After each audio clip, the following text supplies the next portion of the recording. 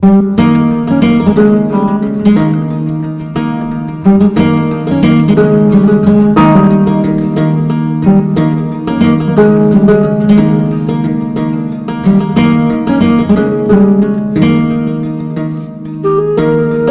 সকালে যদি ঝলমলে রোদ উঠে আর তার পাশাপাশি যদি ঠান্ডা ঠান্ডা শীতের বাতাস বয় তাহলে কেমন হয়?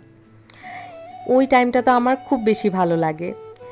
রোদও থাকে, তার পাশাপাশি হচ্ছে ঠান্ডা ঠান্ডা বাতাসও থাকে। কিন্তু শীতের মধ্যে সবচেয়ে খারাপ বিষয় হলো গাছপালাগুলো কেমন জানি প্রাণহীন হয়ে পড়ে। এই সময়ে হচ্ছে আমাদের ঠান্ডা কাশিও লেগে যায়।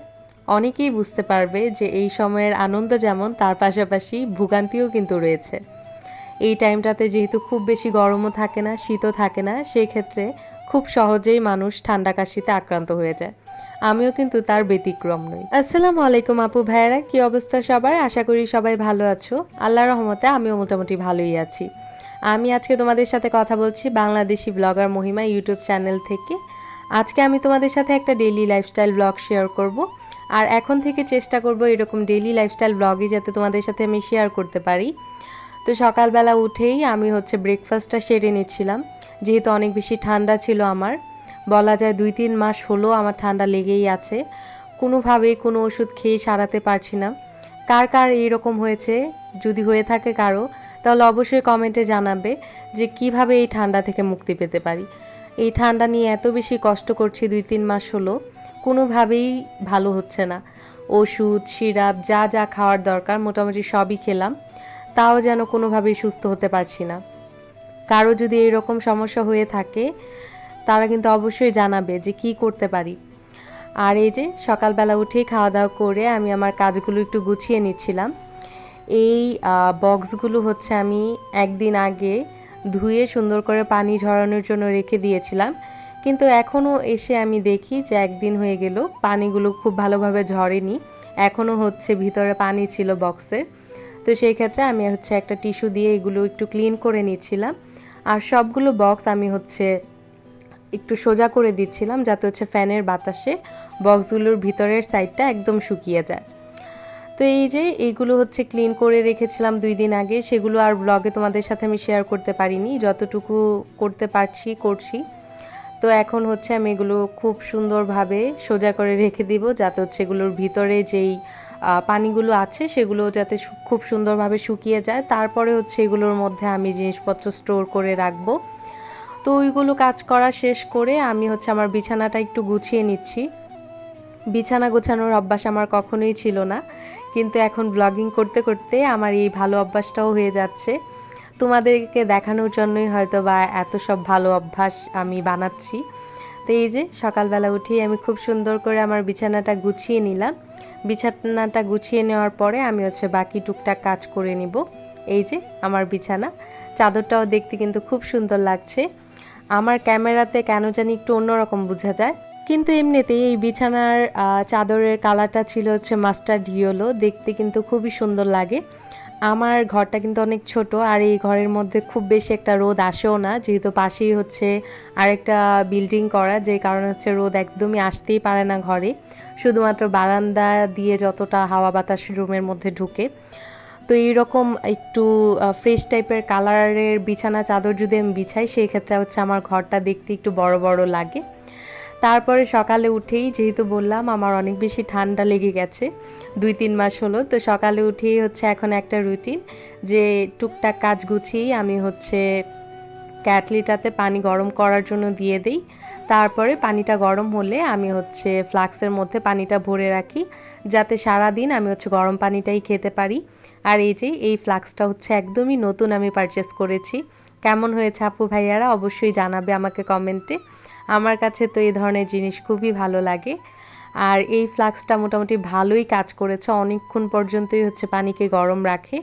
আমি প্রথম চিন্তা করেছিলাম কেমন না কেমন হবে, যেহেতু অনলাইন থেকে হচ্ছে আমি অর্ডার করেছিলাম, বাট তারপরে দেখলাম যে না, খুব ভালো কাজ করেছে, অনেকক্ষণ পর্যন্ত পানিটা গরম রেখেছে। জগের মতো হলেও এই ফ্লাক্সটা আমার অনেক বেশি পছন্দ হয়ে গিয়েছিল, তাই হচ্ছে আমি অর্ডার করে নিয়েছিলাম।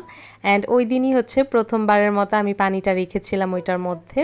তারপর ওইগুলো ঠিকঠাক করে আমি কিছু কাপড় নিয়ে ছাদে উঠে গেলাম, কারণ যেগুলো হচ্ছে শীতের কাপড় আছে ওইগুলো তো আলমারির ভিতরেই রাখা থাকে।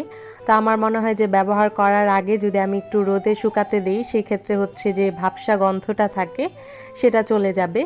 মেনলি হচ্ছে আমার আম্মু আমাকে বলে দিয়েছিল যে যতই ওয়াশ করা থাকুক বা যতই ক্লিন করে তুমি হচ্ছে এই কাপড়গুলো রাখো, তুমি শীতের আগে যখন ইউজ করবে তখন হচ্ছে একবার একটু রোদ লাগিয়ে নিও, সেই ক্ষেত্রে হচ্ছে যে ভাবসা গন্ধটা থাকে সেটা আর থাকবে না কাপড়ে। তাই হচ্ছে আমি আমার কিছু কাপড় ছাদে শুকাতে দিয়ে এসেছিলাম বা রোদ লাগাতে দিয়ে এসেছিলাম।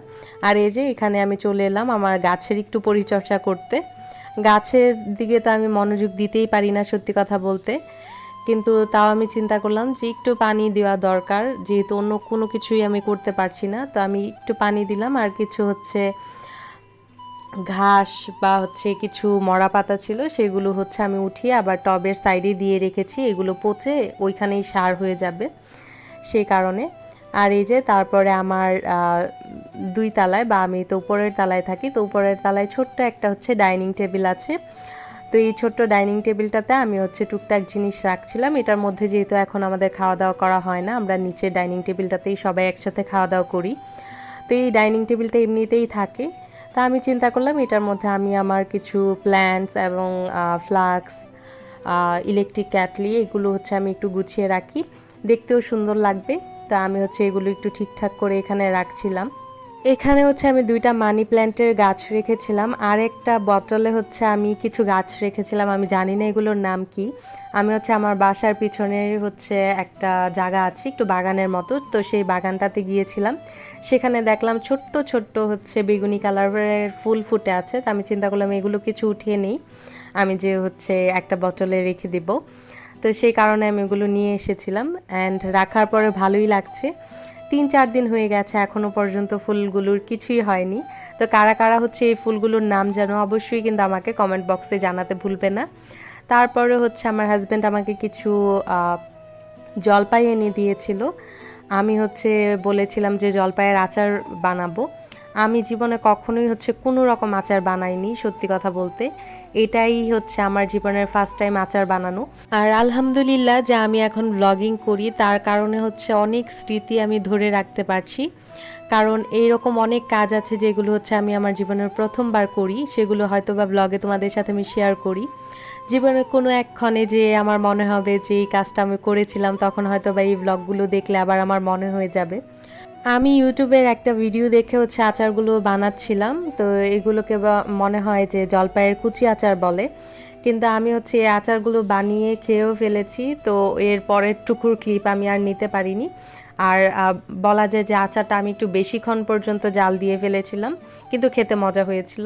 সন্ধ্যার পর থেকে টুকটাক অনেক বেশি জাঙ্ক ফুড খাওয়া হয়েছিল। সন্ধ্যার দিকে আমি হচ্ছে চিকেন ফ্রাই করেছিলাম, রাতে আবার হচ্ছে পেস্ট্রি খেয়েছি, এবং এই দিনই রাতের 12টার দিকে হচ্ছে আমি এই শীতের প্রথম হচ্ছে খেজুরের রস খেয়েছিলাম।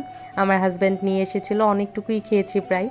তো এটাই ছিল আজকে আমার ছোট্ট একটা ভিডিও, আশা করি তোমাদের কাছে ভালো লেগেছে। যদি ভালো লেগে থাকে আমার চ্যানেলটা সাবস্ক্রাইব করে দিয়ে পাশের নোটিফিকেশন বেলটা প্রেস করে দিও, ভিডিওটাতে একটা লাইক করে দিও। কোনো কিছু জিজ্ঞাসা করতে হলে ডেফিনেটলি কমেন্ট করো।